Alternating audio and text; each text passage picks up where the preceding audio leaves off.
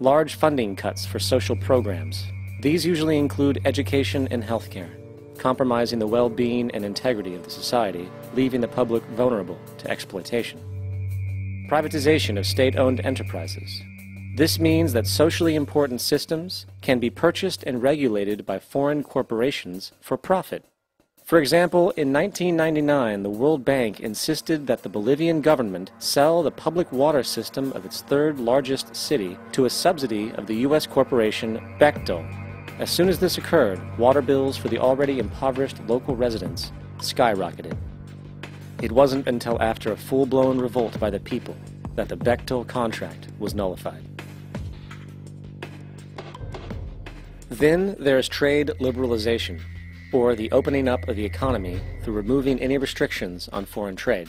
This allows for a number of abusive economic manifestations, such as transnational corporations bringing in their own mass-produced products, undercutting the indigenous production and ruining local economies. An example is Jamaica, which, after accepting loans and conditionalities from the World Bank, lost its largest cash crop markets due to competition with Western imports. Today, countless farmers are out of work, for they are unable to compete with the large corporations. Another variation is the creation of numerous, seemingly unnoticed, unregulated, inhumane sweatshop factories, which take advantage of the imposed economic hardship. Additionally, due to production deregulation, environmental destruction is perpetual, as a country's resources are often exploited by the indifferent corporations while outputting large amounts of deliberate pollution. The largest environmental lawsuit in the history of the world today is being brought on behalf of 30,000 Ecuadorian Amazonian people against Texaco, which is now owned by Chevron. So today it's against Chevron, but for activities conducted by Texaco. Estimated to be more than 18 times what the Exxon Valdez dumped into the coast of Alaska. In the case of Ecuador, it wasn't an accident. The oil companies did it intentionally. They knew they were doing it to save money out there rather than arranging for proper disposal. Furthermore, a cursory glance at the performance record of the World Bank reveals that the institution, which publicly claims to help poor countries develop and alleviate poverty, has done nothing but increase poverty and the wealth gap, while corporate profits soar. In 1960, the income gap between the fifth of the world's people in the richest countries versus the fifth in the poorest countries was 30 to 1. By 1998, it was 74 to 1. While global GNP rose 40% between 1970 and 1985, those in poverty actually increased by 17%. While from 1985 to 2000, those living on less than $1 a day increased by 18%. Even the Joint Economic Committee of the U.S. Congress admitted that there is a mere 40% success rate of all World Bank projects. In the late 1960s, the World Bank intervened in Ecuador with large loans. During the next 30 years, poverty grew from 50% to 70%. Under or unemployment grew from 15 to 70%. Public debt increased from 240 million to 16 billion, while the share of resources allocated to the poor went from 20% to 6%. In fact, by the year 2000, 50% of Ecuador's national budget had to be allocated for paying its debts. It is important to understand the World Bank is, in fact, a U.S. bank, supporting U.S. interests. For the United States holds veto power over decisions, as it is the largest provider of capital. And where did it get this money? You guessed it. It made it out of thin air through the fractional reserve banking system. Of the world's top 100 economies, as based on annual GDP, 51 are corporations, and 47 of that 51 are U.S.-based. Walmart, General Motors, and Exxon are more economically powerful than Saudi Arabia, Poland, Norway, South Africa, Finland, Indonesia, and many others. And as protective trade barriers are broken down, currencies tossed together and manipulated in floating markets, and state economies overturned in favor of open competition and global capitalism, the empire expands. You get up on your little 21-inch screen and howl about America and democracy. There is no America. There is no democracy. There is only IBM and ITT and AT&T and DuPont, Dow, Union Carbide, and Exxon. Those are the nations of the world today. What do you think the Russians talk about in their councils of state? Karl Marx?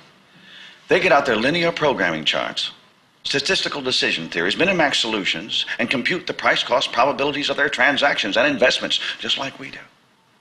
We no longer live in a world of nations and ideologies, Mr. Beale. The world is a college of corporations, inexorably determined by the immutable bylaws of business. The world is a business, Mr. Beale.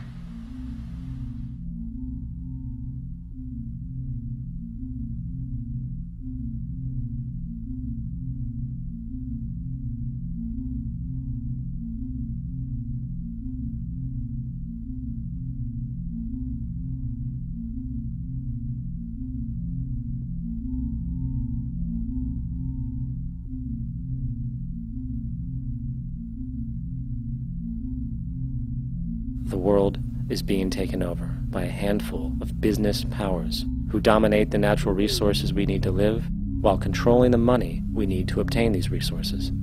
The end result will be world monopoly, based not on human life, but financial and corporate power. And as the inequality grows, naturally more and more people are becoming desperate.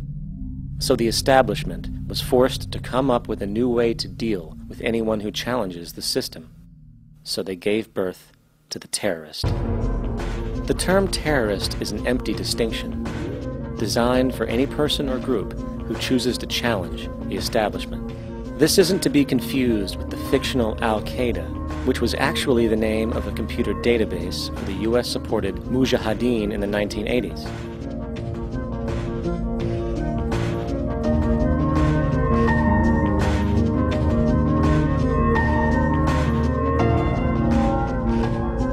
In 2007, the Department of Defense received $161.8 billion for the so-called global war on terrorism. According to the National Counterterrorism Center, in 2004, roughly 2,000 people were killed internationally due to supposed terrorist acts.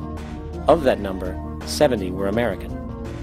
Using this number as a general average, which is extremely generous, it is interesting to note that twice as many people die from peanut allergies a year than from terrorist acts. Concurrently, the leading cause of death in America is coronary heart disease, killing roughly 450,000 each year.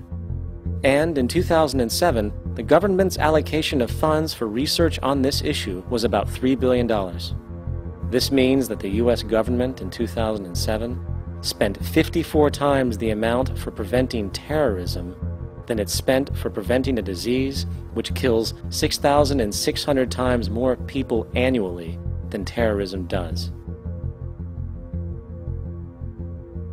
Yet, as the name terrorism and Al-Qaeda are arbitrarily stamped on every news report relating to any action taken against US interests, the myth grows wider. In mid-2008, the U.S. Attorney General actually proposed that the U.S. Congress officially declare war against the fantasy. Not to mention, as of July 2008, there are now over 1 million people currently on the U.S. terrorist watch list. These so-called counterterrorism measures, of course, have nothing to do with social protection, and everything to do with preserving the establishment amongst the growing anti-American sentiment both domestically and internationally, which is legitimately founded on the greed-based corporate empire expansion that is exploiting the world. The true terrorists of our world do not meet at the docks at midnight or scream Allah Akbar before some violent action. The true terrorists of our world wear $5,000 suits and work in the highest positions of finance, government, and business. So, what do we do? How do we stop a system of greed and corruption